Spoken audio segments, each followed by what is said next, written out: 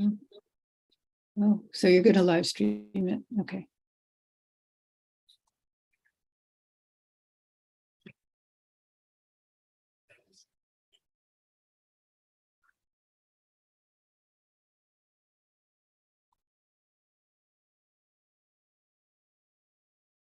Okay. I've been so grateful for Zoom. Originally, I thought, oh my God, what is the world coming to? But with Nomi's funeral and seeing the graves in Paris, and now this, it's been wonderful. I mean, it's something that I couldn't have done, and then to be able to see where Raya was, it was unbelievable.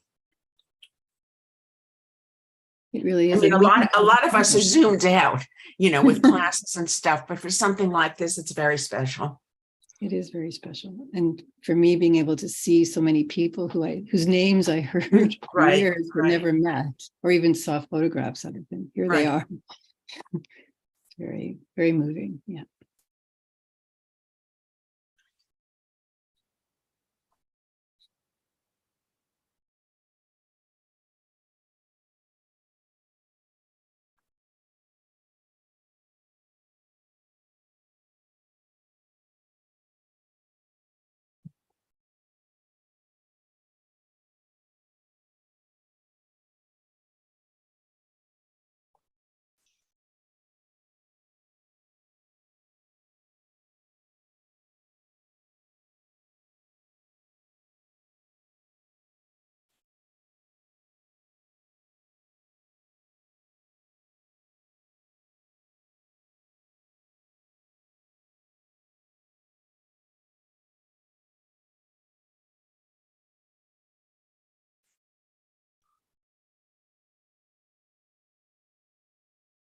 As people enter gradually, so we are not welcoming each one on its own, but welcome everybody. Right. Okay. I just admitted a few more participants. So yeah. Okay. So do we want to have the slideshow running, or what do we? Yeah, we could, and then when most people are here, we can begin. Yeah. Maybe Ariel, you can just let me know, because I think we'll tend to give people some extra time to join. do you want to decide on how much extra time we'll allow? Well, it's not 6 yet, it's 2 to 6. No, so yeah. So I'd say at least 5 minutes. Let's see where we're at 5 minutes past. And then if people are still joining, we can wait another 5 minutes.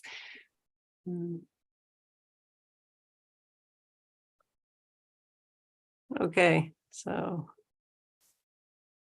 Hi, Donna. Hi.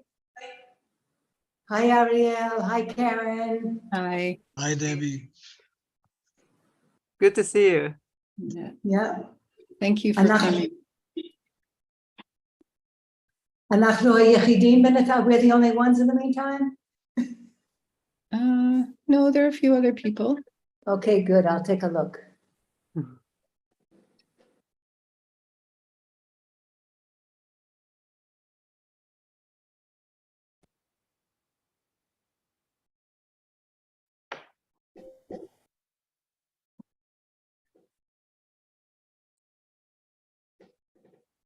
That's my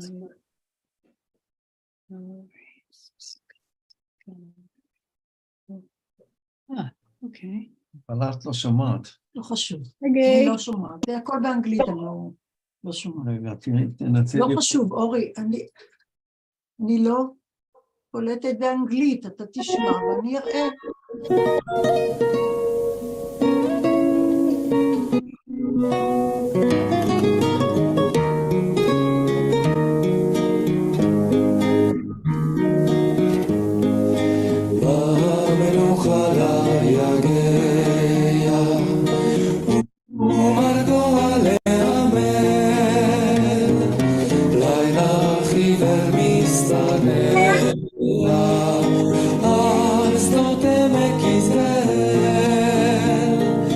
Tal mi hermano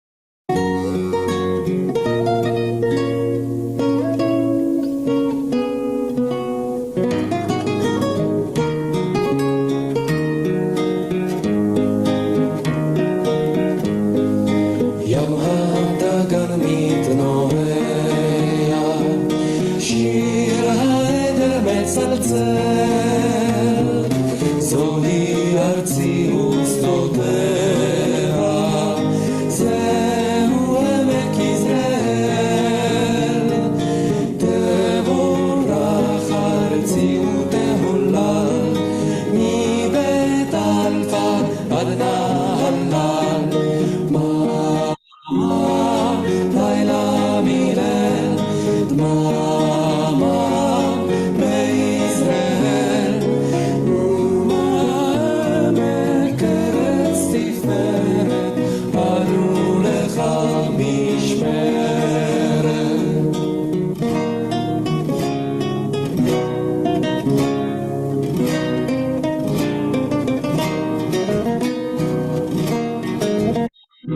נופל בהר הגלבוע, סוס דוהר מצל לצל, כל זה אגף גבוה, משדות עמק יזרעאל, מי ירה ומי זה שם נפל, בין בית אלפא ונהלל, לילה מליל, בישראל, ומעמק ארץ תפארת, עלו לך משמרת.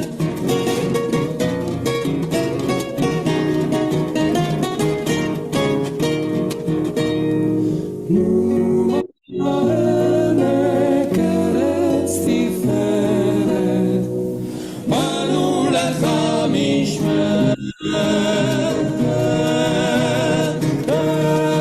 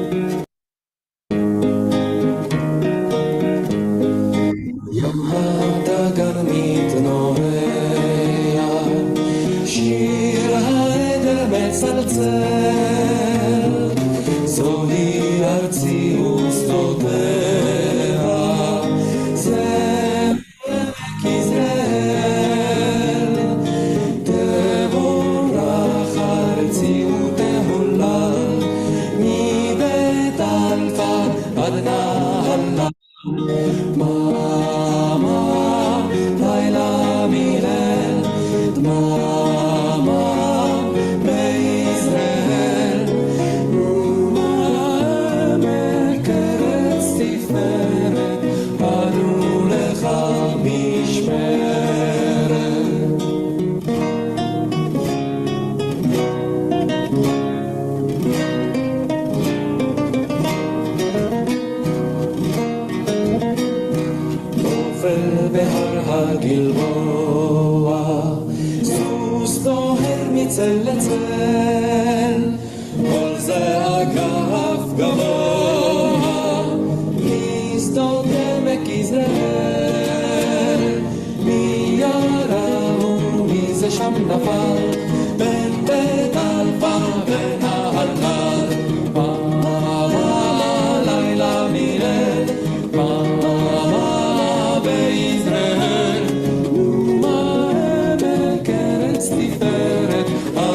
לך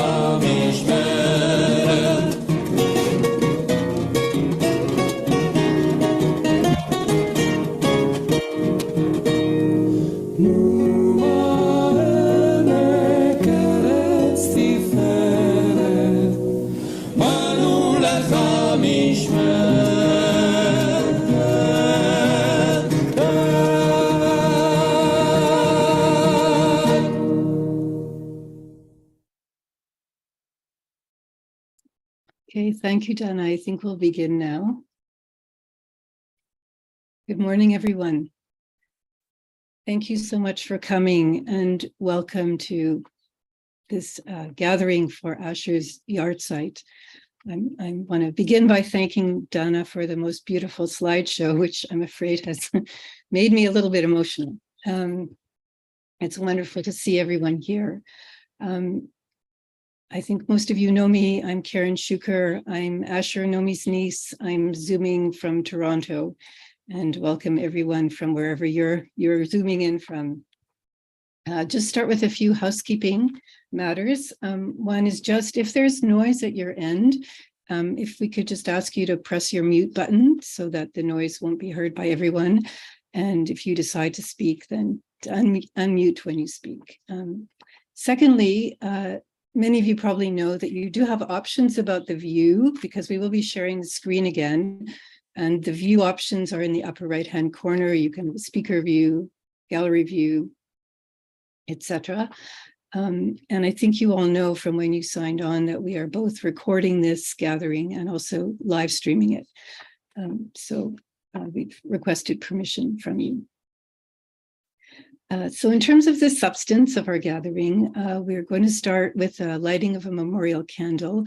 Dana will be guiding us through that. And anyone who would like to, if you would like to light a candle at your end, you're more than welcome to. After that, we're going to share the memorial website. We mentioned that in the invitation. We wanted to make sure that anyone who perhaps hasn't seen it yet or doesn't know how to get there can know how to find it and what's on it currently. So we'll do that next. And then we're going to open it up to everyone who would like to share anything. We'll begin with some words that Dana will read, prepared by Nami Hirschberg, and then anyone is welcome to speak. We would just ask you to post a message in the chat if you'd like to speak, just so we make sure everyone has a chance. And the chat button is on the bottom of the screen and about the middle of your view.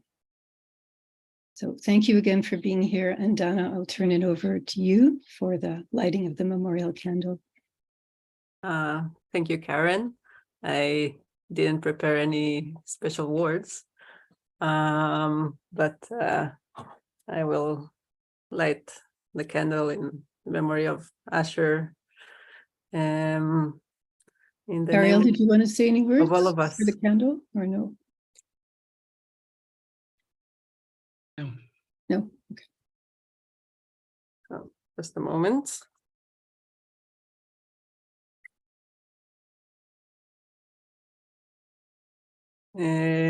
לעילוי נשמת אשר יעקב בן יצחק אבא.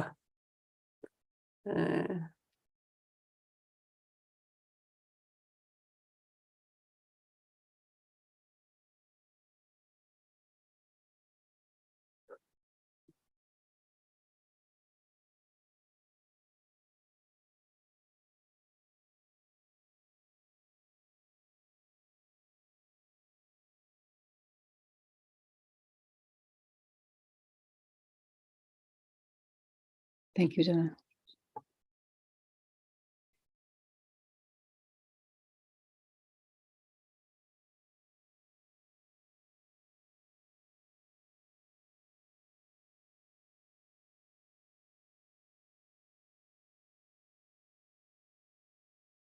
So do we want to move on to the website?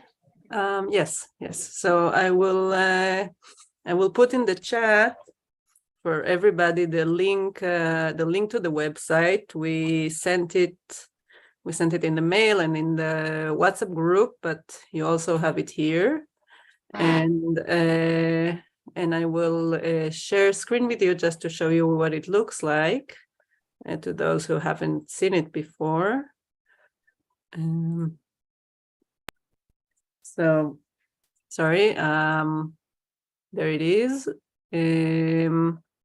It was a site that in the beginning we created in the memory of Naomi, and now we made it both in the memory of Naomi and Asher.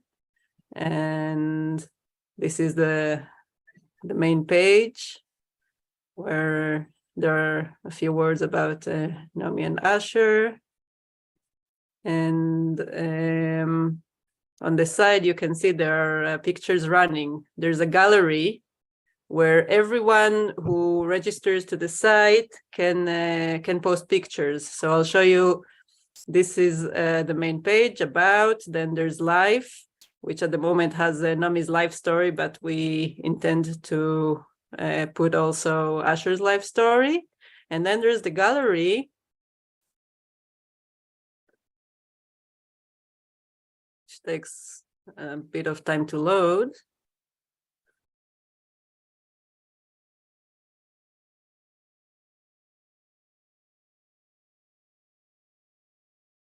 Okay. Always there's going to be technical issues. Well, we know from when we worked on it, Donna, that it takes a while to load, right? Right. Let's see if we can do something about it. There's also a particularly good biography of Raya there. Okay, there we go. Okay.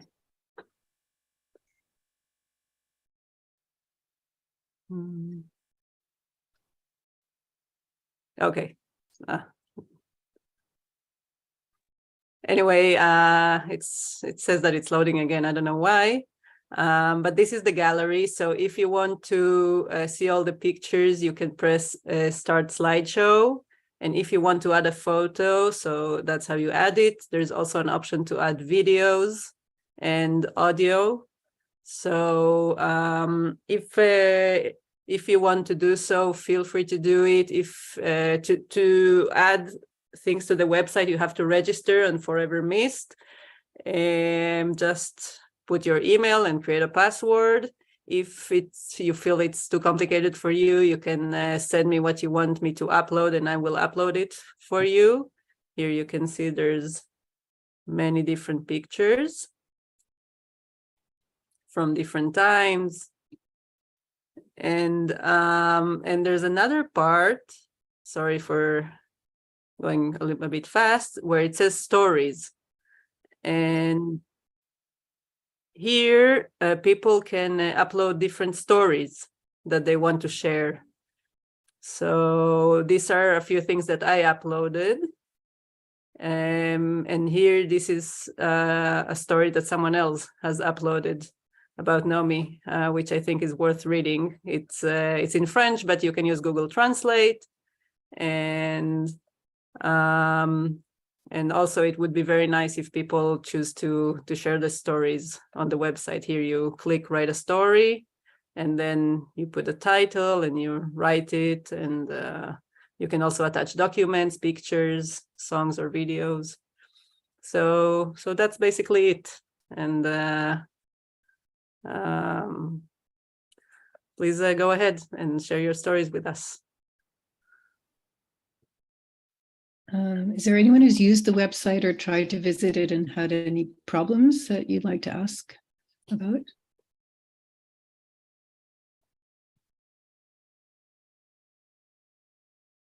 I think I uploaded some pictures to it when we were at the beach. Oh, nice, Lori. Thank you.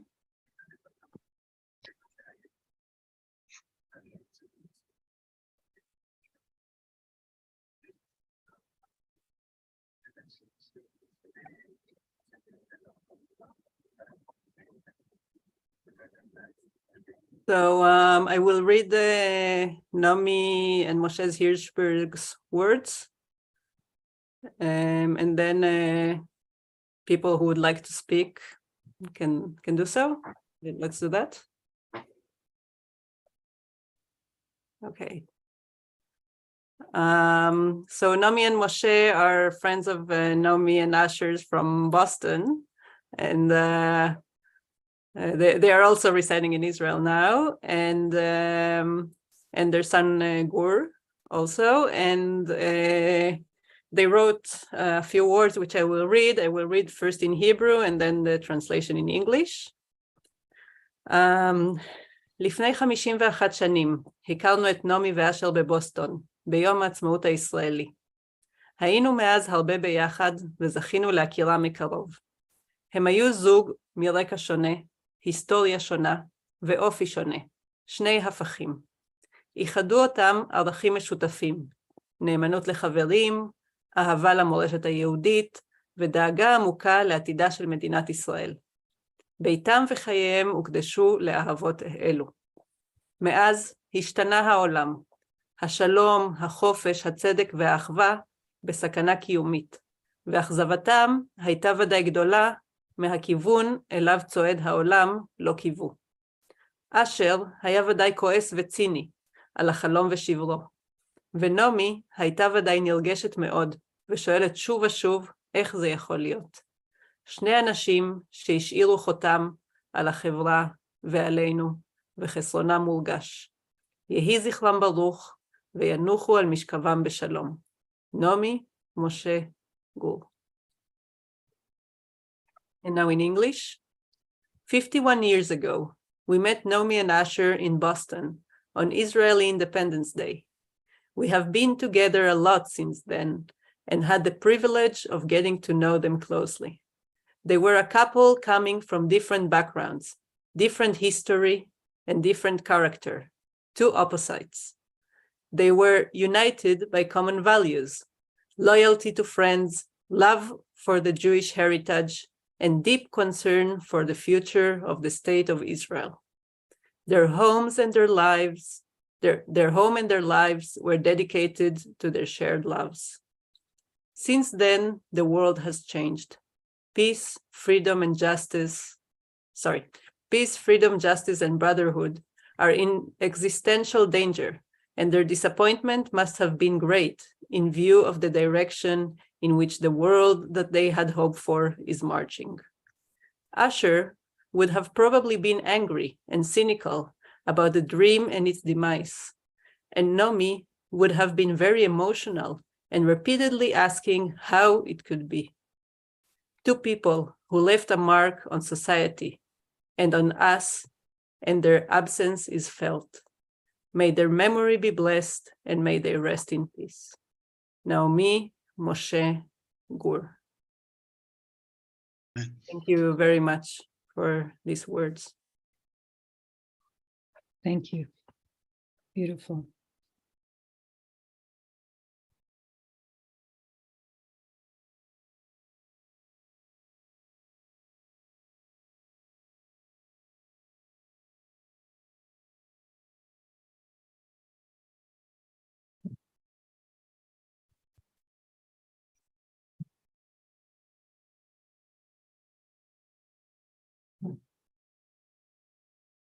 Would anyone like to speak next?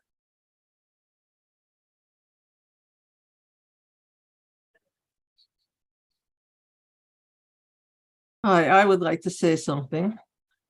I'm Marcia Feinleib. We've known Asher and Naomi since days in Boston around the 1960s. I noticed a photograph in their home of Asher as a boy sitting next to Chaim Weitzman, and it must have been his father in that picture also. Does anybody remember that picture or know anything about it?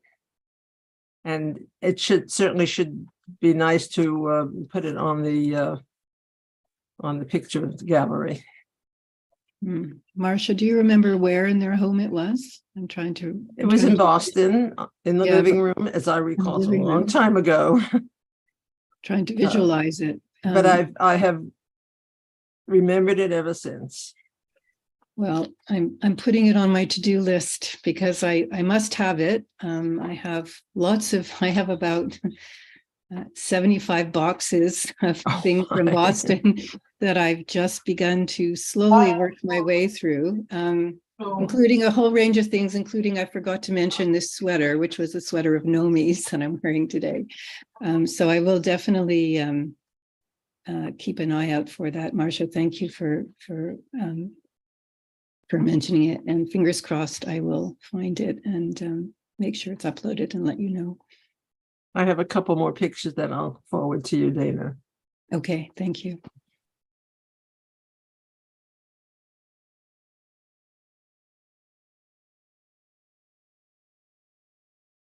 I just wanted to mention that tonight is Tu Bishvat, Right. and it's 8 years since Nomi and Asher made the last journey to Israel.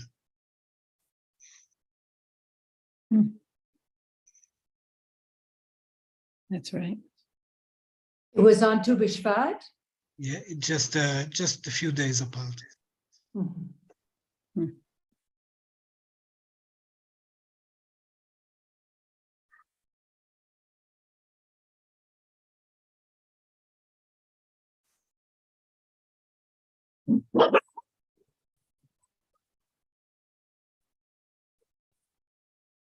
Yeah, you got it. Hello, I'm Dossie Rabin. David and I met Nomi and Asher in 1963. Everybody was at the Harvard School of Public Health.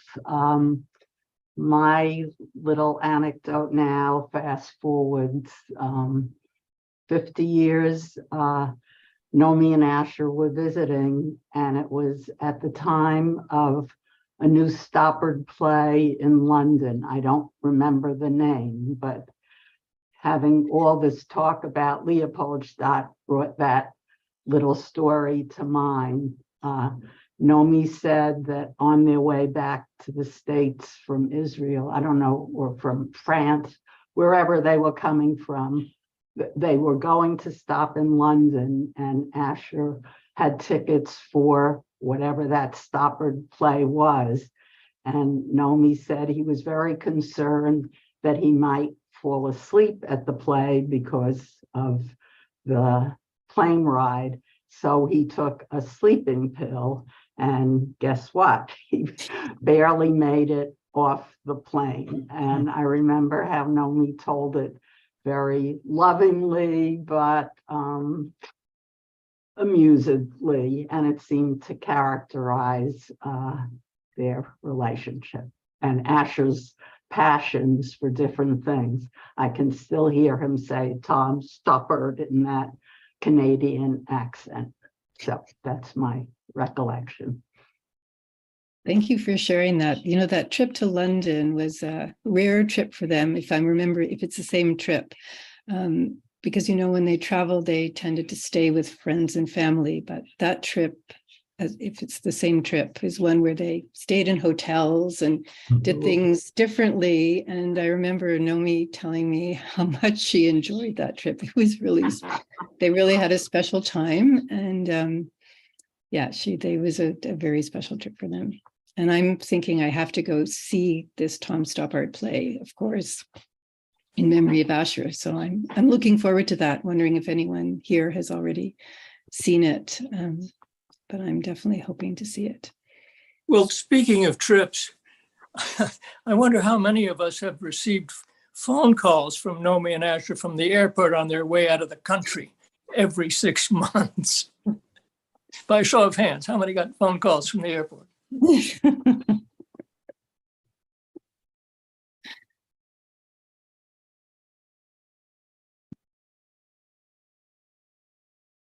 Yeah.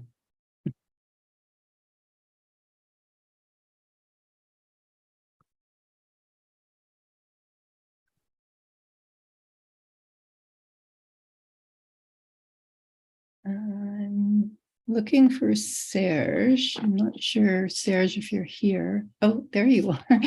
I was wondering if you would share what you just shared with me about Sherlock Holmes. I was just so interested to hear that, and I think others might be as well. I hadn't prepared anything, but No, you don't have to prepare anything. No, I haven't prepared anything either. I'm off the cuff. Everything's off the cuff. I met Asher. I guess I must have been around 12 or 13 years. Yeah, probably 12 or 13 years old. And he was in his early 30s. And we began, we started talking, and I suddenly discovered that we had a common interest, and that was Sherlock Holmes. And I discovered that Asher, I'm not sure, but I'm pretty sure that he was a member of the Baker Street Irregulars. And so, you know, you mentioned London. I'm sure he went to 221B Baker Street. And we had for the last 60 years, every 7 or 8 years, we would both reread all of Sherlock Holmes. And then when we saw each other, we would engage in, I guess, what would be trivia contests, which he obviously won. He had a prodigious memory and was interested in all kinds of things. And he truly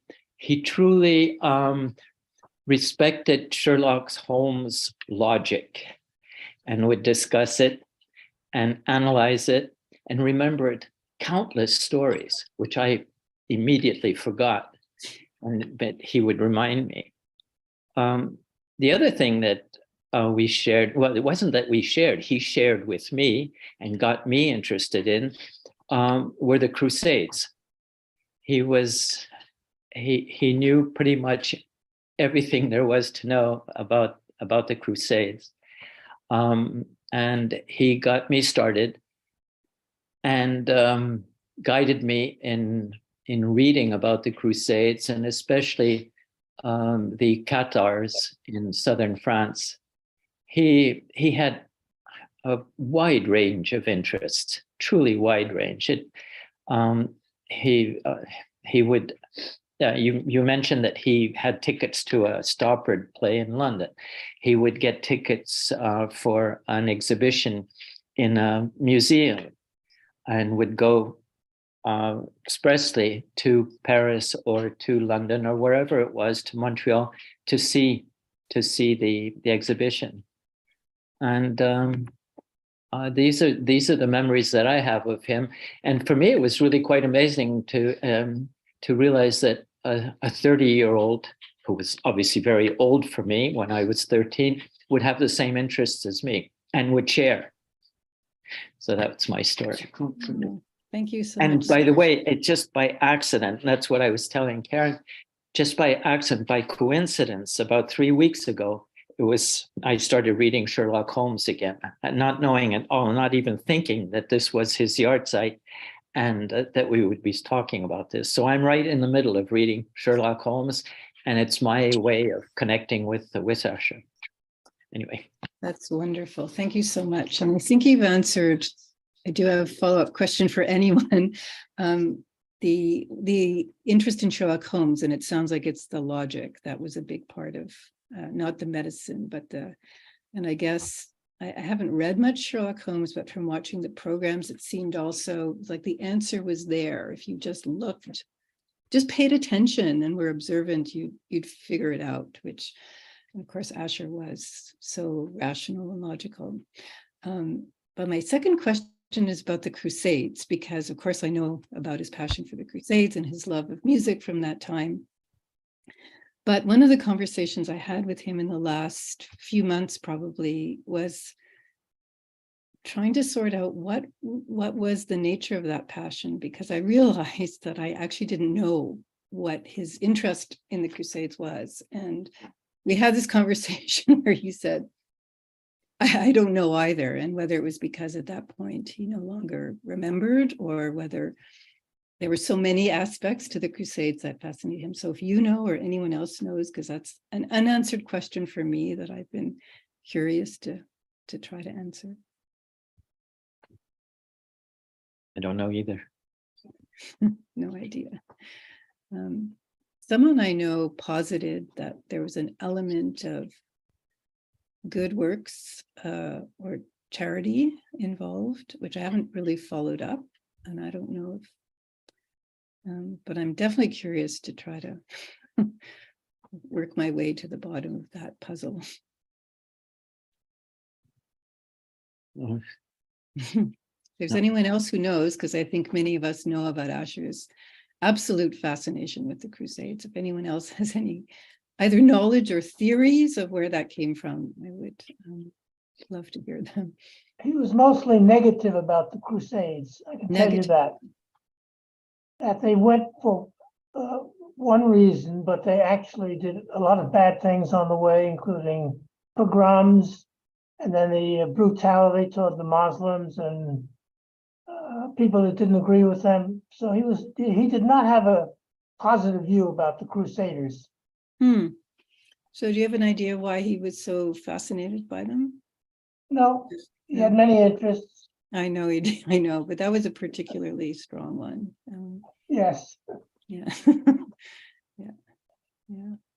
Maybe it was more the period in history, because that was a period of history that I know was interesting to him, especially the music from that time. So maybe it was partly connected to that. Thank you.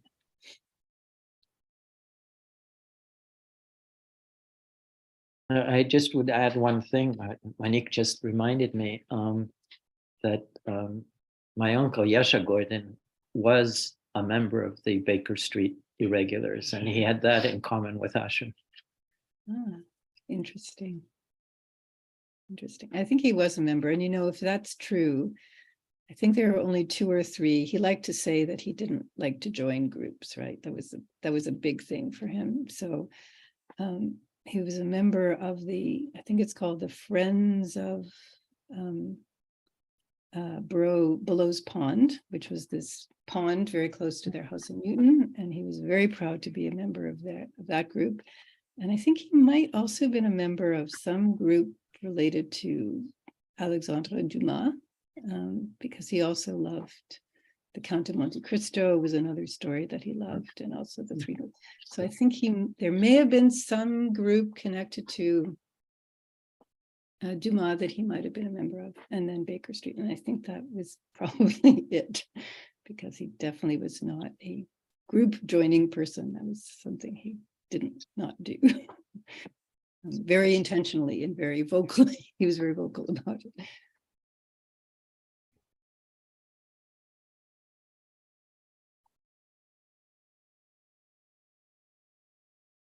Hey, Nathan, if you're still there, any stories that you have to share? Sorry, I mean, don't feel that you're not prepared. It's a problem because no one's prepared, including me. So.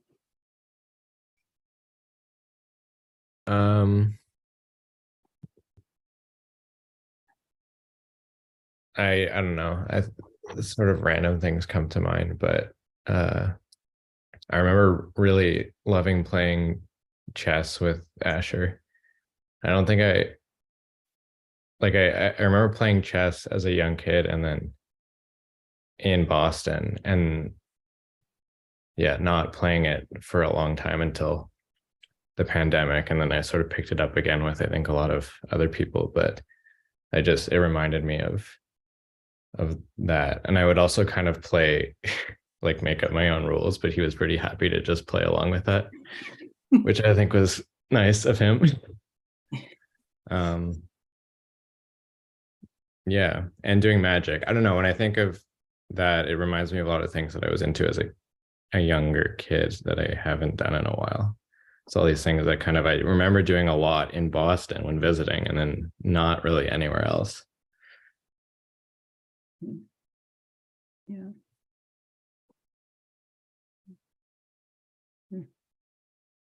Seems to me that Asher was interested in the Crusaders because he himself was an adventurer, and he really liked adventure, and he liked stories, and he was a raconteur actually.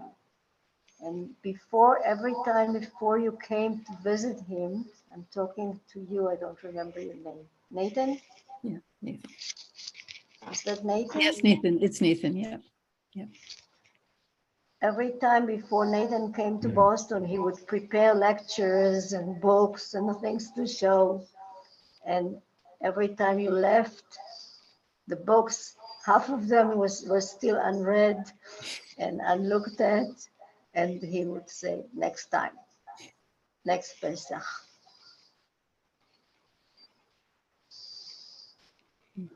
One thing that I remember about Asher was his remarkable sense of humor. some of his jokes I still remember delightfully. My favorite was about the young man who went into a restaurant and ordered a cup of coffee without cream.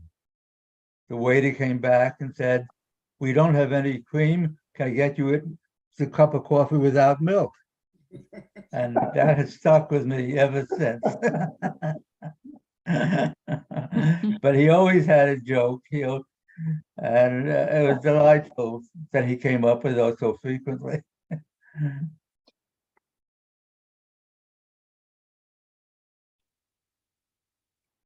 Yeah.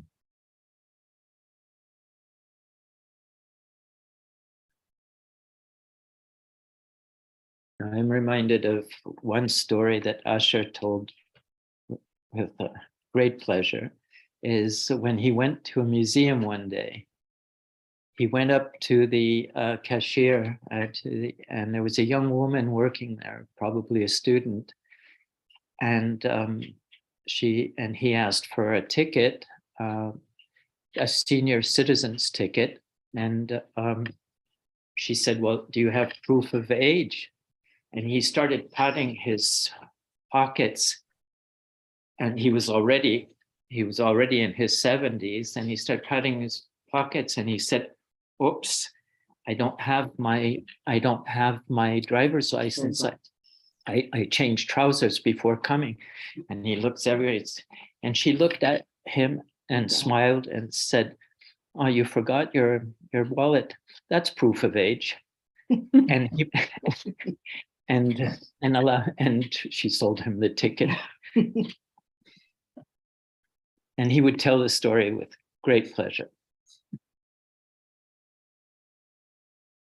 Thank you, Sarah. I don't think that's one I've heard before. So thank you.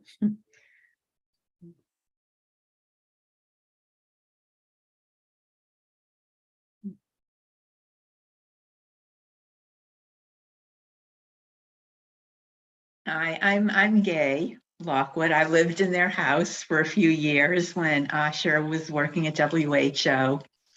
And when they came back, we stayed in touch for many, many years. But speaking of Asher's trials, Nomi left me with him for a few hours while she had to do something. And he started telling me about how they met in Paris and went to parties and with their friends. And this was just before they were ready to come back to come to Canada to get married. And he was going on, and he said, and he had put the passports in his coat pocket, but of course left the coat in the closet or with his friends or wherever he was. And I said, Asher, oh my God, and you were trusted with that? Because we all knew how absent-minded he would get. He lost glasses and money and, his ID and all kinds of things like that. He was a character, and I wish I had written down all of his quips and his jokes. I mean, it was just amazing how he could come up with puns. And the only one I remember is when Ariel started a pasta restaurant, and it went on for a while, and then I guess it kind of fell apart. And Asher said, "I guess it was past its prime."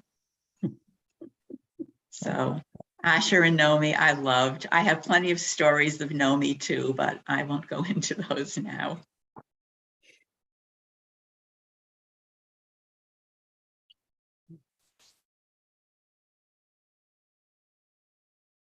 It would be fun to collect Asher's jokes and puns if anyone wanted to send those in. I'm sure we'd be happy to. The one that I always remember is when we went to the seafood restaurant, and he says, "I'm not here for the seafood, I'm here for the lemon." Indeed, yes. Extra lemon, multiple portions of extra lemon and rolls, which we then snuck out the ones we didn't eat. They only went to that restaurant. Yeah, the Dolphin. The Dolphin. Thank you, Lori. Yes, the Dolphin. Yeah. Asher told us a story when he went to Geneva. He went to a meeting, and he he was asked a question and he started to answer and he stopped in mid-sentence. And they asked him, why do you stop? He said, because my wife always finishes my sentences. The other thing he always used to say is, Nomi has family all over the place. You have to, you have to, what is it? Figure, if you're not her family, because she had so many people around the world that were her family, that you got to prove that you weren't her family. You are Nomi's relative until proved otherwise. Great. Thanks for the interpretation. It's true. And, you know, on one of my visits into Israel, that's when, you know, all of these ancestry and different services where you can do your DNA checking was at its peak. And so it was in the news a lot. And there was an article in the local newspaper that was telling various stories about people who had done the DNA testing and connected with people they didn't know were related to them. And I do remember reading that story with Nomi because I knew it would be something interesting to her. And it was fun. It was fun to read it with her.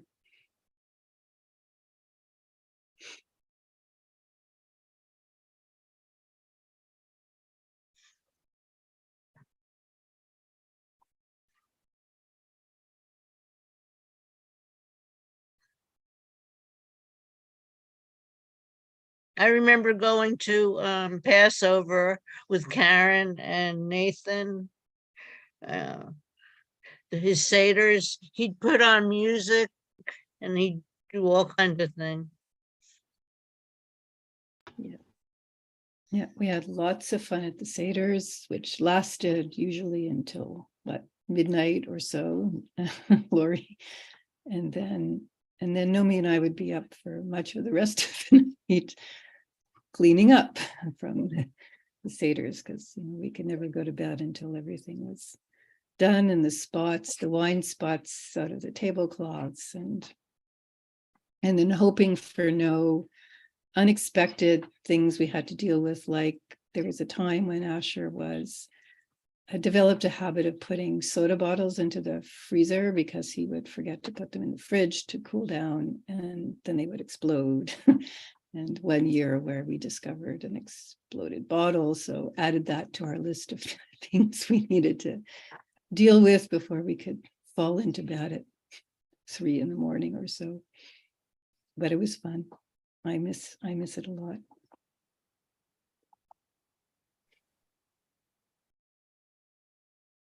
I want to say something. Yes, please. I mean, I just want to reiterate the fact that Asher was just great with children, and he had an ability to connect with small children. And when you grew up, he still connected with you at your kind of own level. And one thing, it might seem trivial, but I know you've all heard of this or seen it, but he moved his ears, and this fascinated me as a small child, and I learned how to move my own ears. So now I have part of Asher in me, in a way, physically. So yeah.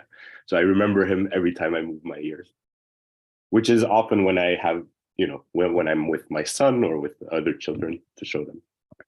So that is awesome. Can you show us now?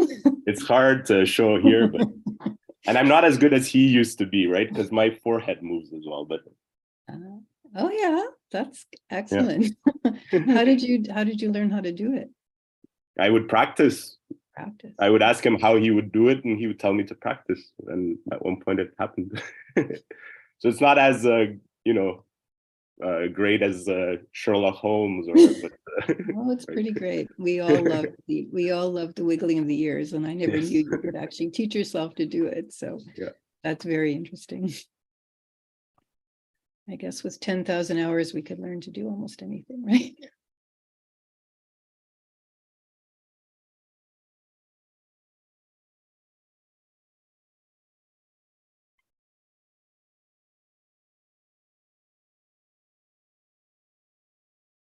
And I like your point, Grégoire, about how Asher, you didn't stay a child for him, but he really did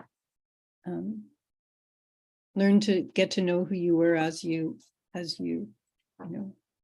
matured, became an adult. And even though we were always had those connections from childhood, that he really respected you as who you became and not who you were when you were a little person. Absolutely.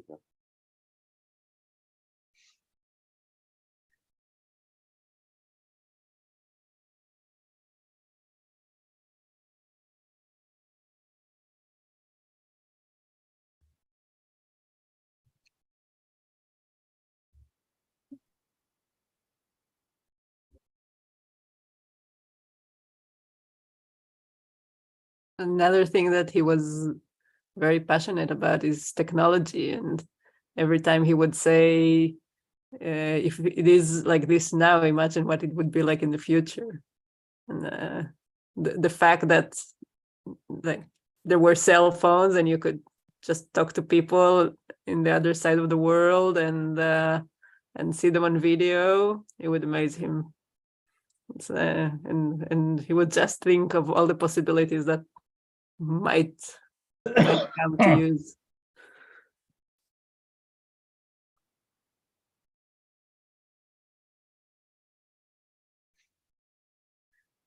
Nomi too, when she still had her vision, she was an avid emailer that became a very regular method of correspondence. But they both really did keep up with technology. But at the same time, I remember Asher flying. I think he had been somewhere in Western Africa, and he was flying back. And this was when the fax was invented, and he was furious at faxes because he would arrive in Boston and he'd receive a fax asking him for his analysis of the. He was setting up medical schools or medical programs all over the world, and he said that the fax got in the way of his thinking. He needed time. He needed time to set things down on paper, to analyze, and to answer. And the fax got in the way because they wanted answers immediately. So I remember he was furious at faxes. So just imagine what it would be now. Yeah, that's a good point. I can remember being furious at faxes too, right? Send you a fax and you get a phone call 5 minutes later. So what's your answer? I haven't even read your fax yet. I don't have an answer. So, but it's funny, he never complained about that with email. I never remember, or at least not with me, I never remember him sort of feeling that it rushed him too much. But well, he read my mother's eulogy that my rabbi had wrote, and he wanted his email to tell him how it really was who she was.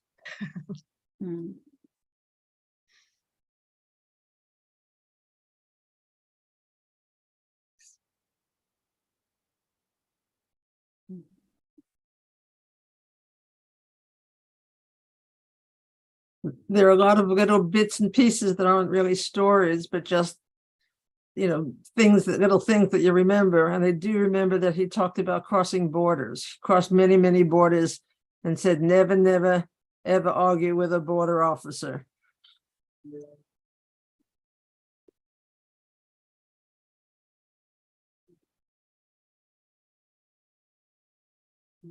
What do you think he'd think of Netanyahu getting in again?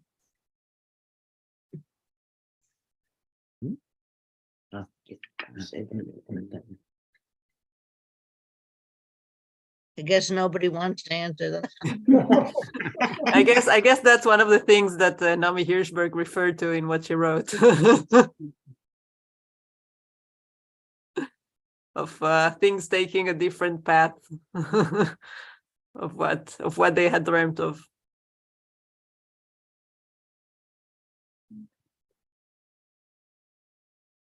Does anybody remember all the coins that he would have? Because as he came back from countries all over the world, obviously he had been able to change his the bills back into whatever dollars or whatever he needed, but the coins remained in his pocket. So he would drop these coins into a jar.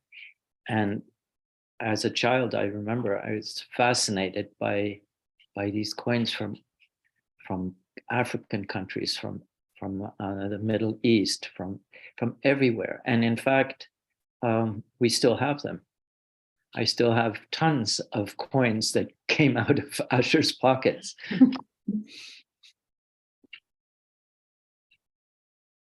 Wow, that's true.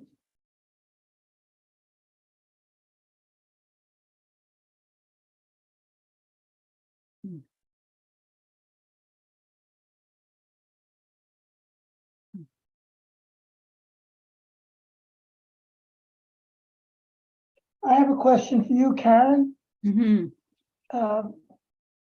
Karen, are you there? I'm here. Oh, yes.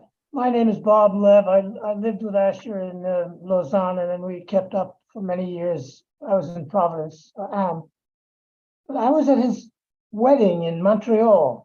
Were you there? I was there.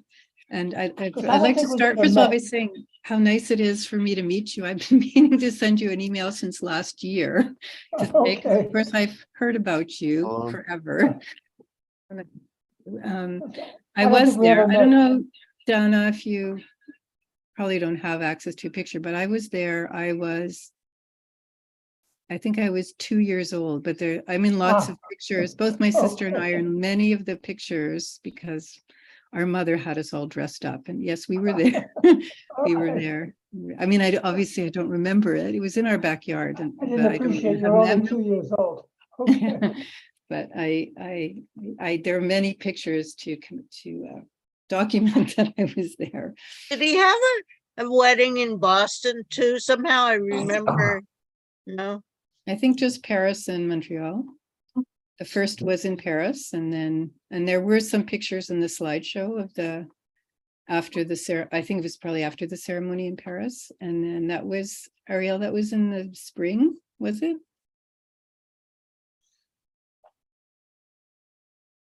The wedding in Paris. It was anyways before the one in Montreal. The one in Montreal was in September, I think. September 11th. His remember we went for his their anniversary to the beach, Dana. Okay. And I was surprised it was September 11th, you know. Yes, I remember. I don't remember if it was like exactly that day. Yeah, I don't could be though. date, but September. I remember he said in terms of his Paris wedding, the French gave them a very hard time because Naomi was stateless and the French bureaucracy couldn't handle that. So they had to get so many different papers, and he got so furious with the men there who were, they looked like they wanted to prevent the wedding because of bureaucratic reasons, and he got very angry with them. And he said, "We are going to get married." And they did. Yeah. C'est pas possible is something one hears Right. often in France. C'est pas possible until you push hard enough, and then it is possible. But yeah, it has pluses and minuses. Their obsession with rules. Right. But I could see Asher. Yeah, he would. If it didn't make sense, if the rule didn't make sense, then he would just push until he got it changed, or they did what needed to be done, which I think makes sense. I have a similar approach to rules. I follow them if I think they make sense and they're fair, and if they don't, then I don't really mind not following them.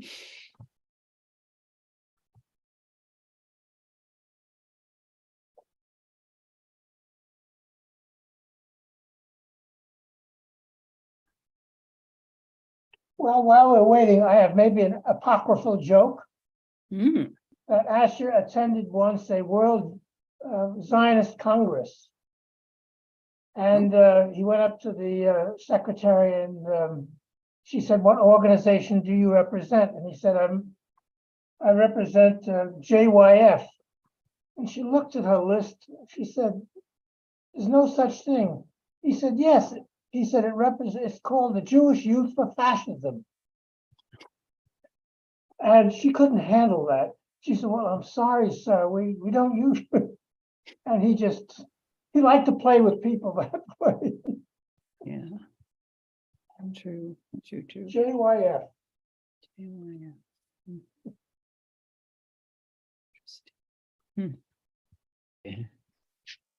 I would like to have something about French bureaucracy and Noemi.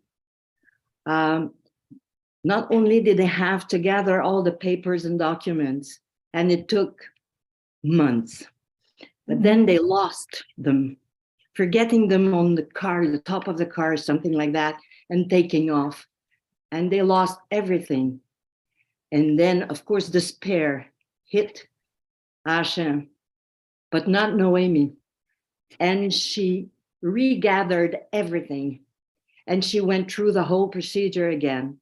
And he said, "I knew I loved her before, but then when I saw her through the second exercise, I knew for sure she was the right one." Oh gosh.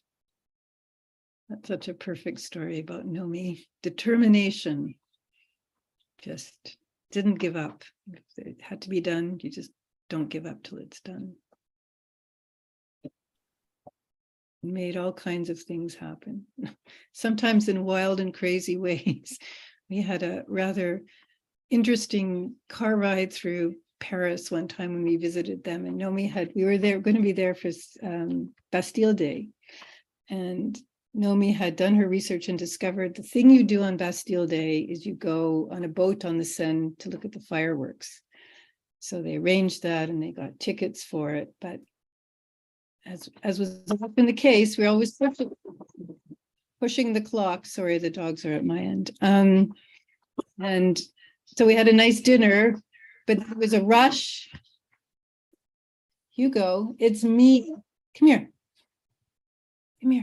Quiet. A rush to get to where we wanted to get on the boat. And sort of, she knew all these back routes through Paris, but she was a fast car driver, and it was a little bit hair raising, and we did make it. They always used to argue about the Nomi's car driving all the time. Yeah. And I have a story. Go ahead, Nami. I have a story. Do you hear me?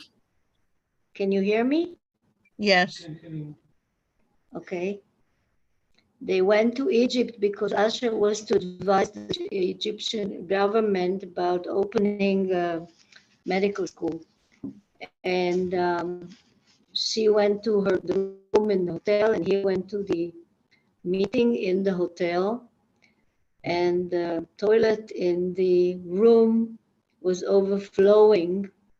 And Nomi rushed to the meeting, opened the door, and said to all these officials, "You don't need a medical school. What you need is a plumber school."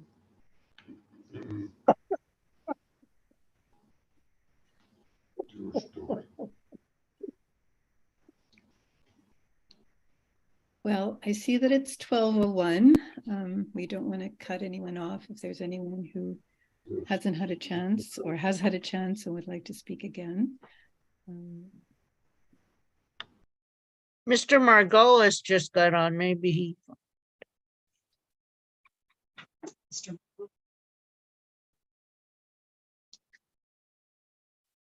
We have to say something. I'm sorry that I've missed most of the meeting because of technical problems. I don't know whether you can hear me. We can. So I'm not really sure where to come in, not having heard everything that went before. Stories about You told some good stories last time. It's just been informal. We haven't had anything formal this year. We've just been people who've wanted to share stories, jokes, memories. So whatever you'd like to say will be most welcome. Asher was a very important person to me for a very long time. I guess I consider him my primary mentor in medical education. I first met him in the basement of the Harvard School of Public Health, where he opened something called the Teacher Preparation Program. You all are coming from, so I don't know how many people would be very familiar with this history, and others might not be familiar at all. And then he came to Beersheba before the medical school was opened at the university. And I was just in the middle of my service in the US Army, my obligatory service because of the Vietnam War. I didn't agree with the war at all, but I also did agree with running away from it. And as it happened, as I came in, the war ended. So I came in, I guess it was July 72, and the war ended between July and August 1972, maybe it was 73. I guess it was 73, actually. And then 1 year later, Moshe Privis wanted to open the faculty, and he was having a lot of trouble with that. But he discovered Asher, whom he considered a kind of genius of curriculum, of medical curriculum. And he knew me as a visiting US student at Hadassah. Privis was also one of the founders of the Hadassah Medical School. And he ran a workshop for people who thought they might want to join the faculty, people from the Beersheba area. And Asher actually designed and ran that workshop. And I came from the Army in Fort Lee, Virginia, to help run the workshop. And I met Asher in Boston in preparation for that.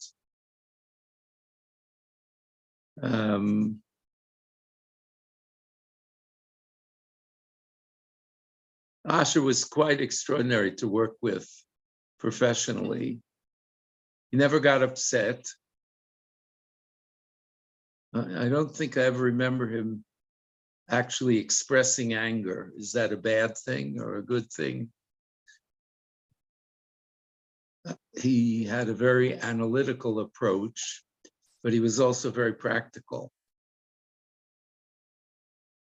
And he was, in fact, the person who designed what became known as the Beersheba curriculum. And I was privileged to attempt to implement parts of that curriculum. Beersheba was expected to do different things. One of them came up just this week in a discussion with some young people who would like to get into medical school and are have just finished or are finishing their army service. Asher would have encouraged them. And I mentioned to them that now all Israeli medical schools use interviewing as a primary tool to sift out candidates. And Asher didn't invent that, certainly, but he strongly supported it. And he did bring early clinical teaching, which meant that instead of going to medical school the way I did at NYU in Manhattan, when I learned basic science only for 2 years and saw some patients in the last half year of the first 2 years. And when I got to the wards, it was totally new territory, very little preparation for the clinical work. But Asher thought differently. So we became one of the few schools in the world, actually, that that brought students into clinical situations and actually following patients and families in the first year of medical school. And that still persists till the present day and has spread to all the other faculties. And many other things that he initiated. His approach to something new in the curriculum, something new in teaching and education, was that if it made sense and if you could discuss it and get support for it, then you tried it out in a critical way and evaluated it. And so we did that repeatedly, and I had the privilege and the luck, really, to learn a great deal about how you go about implementing new curriculum. And later, Asher helped me open the second medical school at BGU, the Medical School for International Health, which the Council on Higher Education in Israel, which is a government body, and again, many of you probably know much of what I'm talking about, but to me, this is stuff that I lived through when I was a young person and made a deep impression on me. And the council has just closed the school, the Medical School for International Health, along with the other programs in Israel that admit students from outside the country. Anyway, Asher is always with me. I still teach, I still take care of patients. And I always think of him when I have to do something new or when I have to repeat a variation of something that we've done in the past.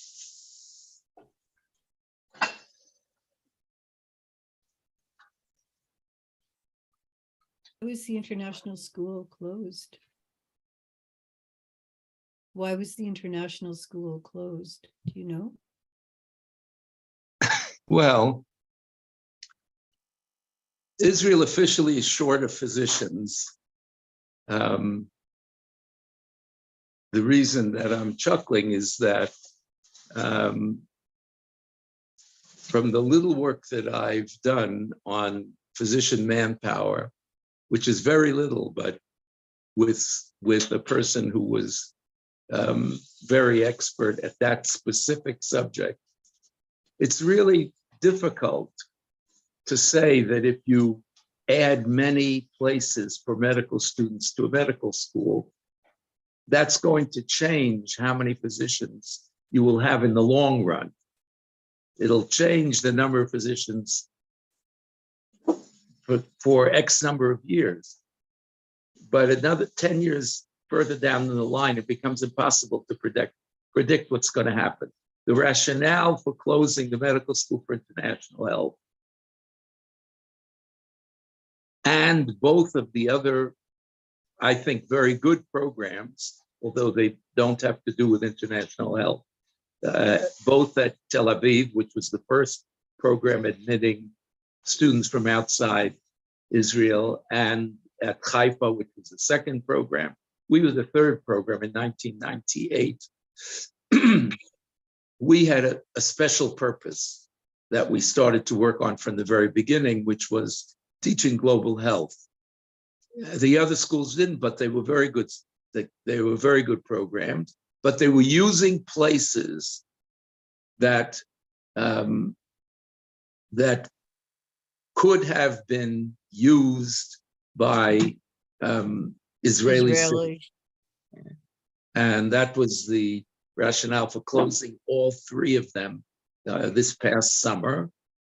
And the administration of the current administration of the Medical School for International Health sees a kind of victory in that we have approval for admitting Israelis now, or people who definitely are committed to making Aliyah, to come to permanently moving to Israel.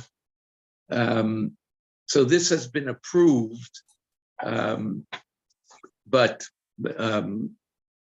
foreign citizens cannot be admitted to any of the any faculty, and that added maybe 150 places a year. I don't know whether that sounds like a lot to you or a little, but at BGU, we were in favor of admitting Israeli students so that we could teach them global health. We proposed that a long time ago, and it was rejected repeatedly by that same Committee on Higher Education, but they were quite happy to close all three programs and add those places for Israelis. Yeah, so things don't always, I guess, evolve the way we hope they would. Did they need the money? I mean, the outside money? They don't, not only don't they gain financially, they actually may lose something, because if they make good on their promise of enabling us to continue the school, albeit only for Israelis, then somebody's going to have to foot the bill for the curriculum for teaching international medicine to Israeli students. That involves sending them on international rotations in the last year of medical school. It doesn't cost a fortune, but it certainly adds an amount, and they've committed to doing this. So now there isn't a financial gain, but we certainly hope, and I'd be quite happy to be admitting Israeli citizens to a 4-year American-style program, which is the way the Medical School for International Health is run now. So we'll see what happens this coming year. Our New York office, which ran the admissions process for students coming from any other country, and we've had wonderful students from all over, many from the United States, many from immigrant families in the United States. But we'll see coming this summer how it actually works out. Thank you. Thank you. Well, on that note, and I guess a big picture of Asher's work, but also perhaps another moment of disappointment in history, of which there are several at this time in history. I want to thank everyone for being here today. I'd like to say that I think this sharing of stories and memories is very much in keeping with what Asher loved. You know, for him, he wanted things to be participatory, whether it was a seder or a conversation. He was very much, you know, he didn't, I think, was not the sage on the stage kind of person. He wanted everyone to share. And so I think this was a very special way to spend the first Yortzeit of Asher's passing, to have so many of you share so many different stories about Asher, a person with so many different interests and contributions.